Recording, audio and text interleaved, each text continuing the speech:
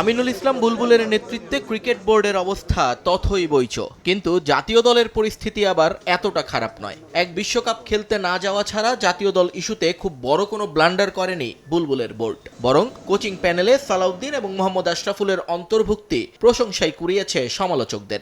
এবার আরও একটা দারুণ কাজ করল বিসিবি। ক্রিকেট সমর্থকদের দীর্ঘদিনের চাওয়া পূরণ করলো তারা, মোহাম্মদ রফিককে ক্রিকেট বোর্ডের কোচিং প্যানেলে যুক্ত করে। আইসিসি ট্রফি জয়ী ক্রিকেটারের জন্য যার রীতিমতো স্বপ্ন পূরণ। নতুন একটা অভিজ্ঞতা হবে। আগে যাই করেছি, দেখা যায় যে একটা নতুন ডিপার্টমেন্টে যাচ্ছি। আমি মনে করি নতুন করে আমরা আবার নতুন করে ক্রিকেটটা আরম্ভ করব। দেশি কোচদের সঙ্গে বিদেশিদের তুলনায় অনেক বেশি স্বাচ্ছন্দ্যে সমস্যা নিয়ে কাজ করতে পারেন ক্রিকেটাররা। জাতীয় দলের পাশাপাশি পাইপলাইনের জন্য এটা আরও বড় বাস্তবতা। কিন্তু এরপরও দিনের পর দিন দেশি কোচদের অবমূল্যায়ন করে আসছিল বিগত বোর্ডগুলো। এবার রীতি বদলে দেশের ক্রিকেটটাও বদলে যাবে বলে বিশ্বাস রফিকের। ওয়ার্ল্ডের ভিত্তিতে দেখেন এখন প্রত্যেকটা দেশের লোকাল কোচ দিয়ে কিন্তু কাজ করাচ্ছেন, যারা রিটায়ার্ড করেছে, লং সময় খেলেছে, তাদের যে অভিজ্ঞতাটা এটা কিন্তু শেয়ার করছে। এটা কিন্তু বাংলাদেশে আবার আরম্ভ করেছে। আগে যদি আরও 10 বছর আগে আরম্ভ হতো, দেখা যাচ্ছে যে ক্রিকেটটা দেখা যায় আরও মোটামুটি একটা ভালো একটা গুছানো থাকতো।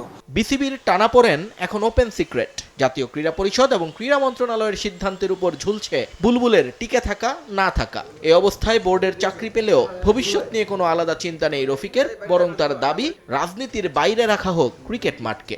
স্পোর্টসটা এরকম একটা জিনিস, এখানে আমি মনে করি যে এটা কোনো ভেদাভেদ থাকা দরকার নেই। এটা বাংলাদেশ টিম, এটা বাংলাদেশের আমরা 20 কোটি লোকের টিম, তো এটা নিরপেক্ষভাবে থাকা উচিত। সাকিব আল হাসান বাংলাদেশ ক্রিকেটের পোস্টার বয়। ক্রিকেটের ভেতর বাইরে তার অনেক মিল মোহাম্মদ রফিকের সঙ্গে। অনুজকে বেশ ভালোবাসেন তিনি, কিন্তু বর্তমান পরিস্থিতিতে সাকিবের ফিরে আসাটাকে এতটা সহজ মনে করেন না রফিক।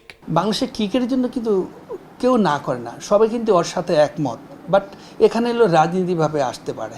এখন রাজনীতি যারা আছে তারা কিভাবে দেখবে, এটা হলো সবচেয়ে বড় ইম্পর্টেন্ট। নিয়ন মুহাইমিন, সময় সংবাদ, ঢাকা। করেছেন এখন জিনিসটা যে